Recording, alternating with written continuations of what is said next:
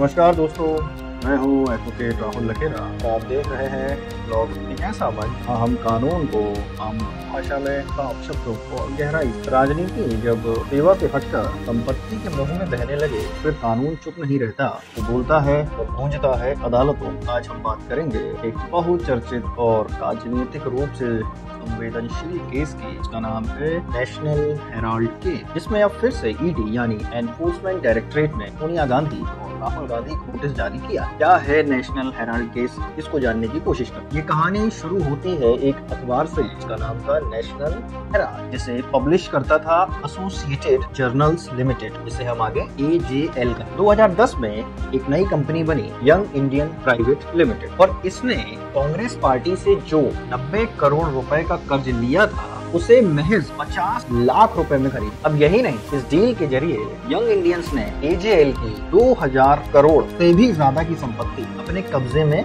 ले। अब ध्यान देने वाली बात यह है कि सोनिया गांधी और राहुल गांधी यंग इंडियंस के मेजर शेयर होल्डर हैं। उनकी संयुक्त हिस्सेदारी 76% अब सवाल ये है, क्या राजनीतिक पार्टी का पैसा एक प्राइवेट लिमिटेड कंपनी के जरिए व्यक्तिगत लाभ के लिए इस्तेमाल किया गया? इसके बाद अब समझेंगे ईडी की कार्रवाई और कोर्ट का नोटिस। अब इस पूरे प्रकरण में नया मोड़ तब आया जब दिल्ली की राउज एवेन्यू कोर्ट के स्पेशल जज ने सोनिया गांधी और राहुल गांधी को नोटिस भेजा।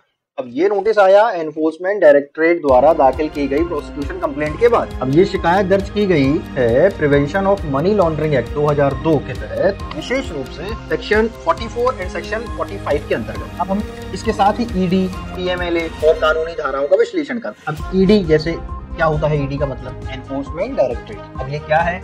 ईडी एक केंद्रीय जांच एजेंसी है जो फाइनेंशियल क्राइम जैसे money laundering, foreign exchange violation, बेनामी प्रॉपर्टी मामलों की जांच करती है। ईडी काम करती है PMLA, prevention of money laundering act 2002 के तहत। अब PMLA क्या है? जैसा कि PMLA का फुल फॉर्म मैंने बताया, prevention of money laundering act 2002। अब इस कानून का मुख्य उद्देश्य क्या है? प्रोसीड्स ऑफ क्राइम को पहचानना, जब्त करना और अपराधियों को कानून के कटघरे में लाना, यानी वो संपत्ति जो किसी गैर कानूनी गतिविधि में अर्जित हुई हो। अब इसका सेक्शन 44 समझ ले। ये धारा कहती है मनी लॉन्ड्रिंग से जुड़े सभी मामले सिर्फ स्पेशल कोर्ट में ही चलेंगे, ठीक है। इसका सेक्शन 45 क्या कहता है? यह धारा बेल को बहुत कठिन बना देती है। अक्यूज को तभी जमानत मिल सकती है जब, समझेंगे, जब the public prosecutor is given an opportunity to oppose the bail, the court is satisfied that there are reasonable grounds for believing that the accused is not guilty of such offense। यानी अपराधी को अपनी बेकसूरी का विश्वास court को दिलाना जरूरी है, वरना बेल भी नामुमकिन है।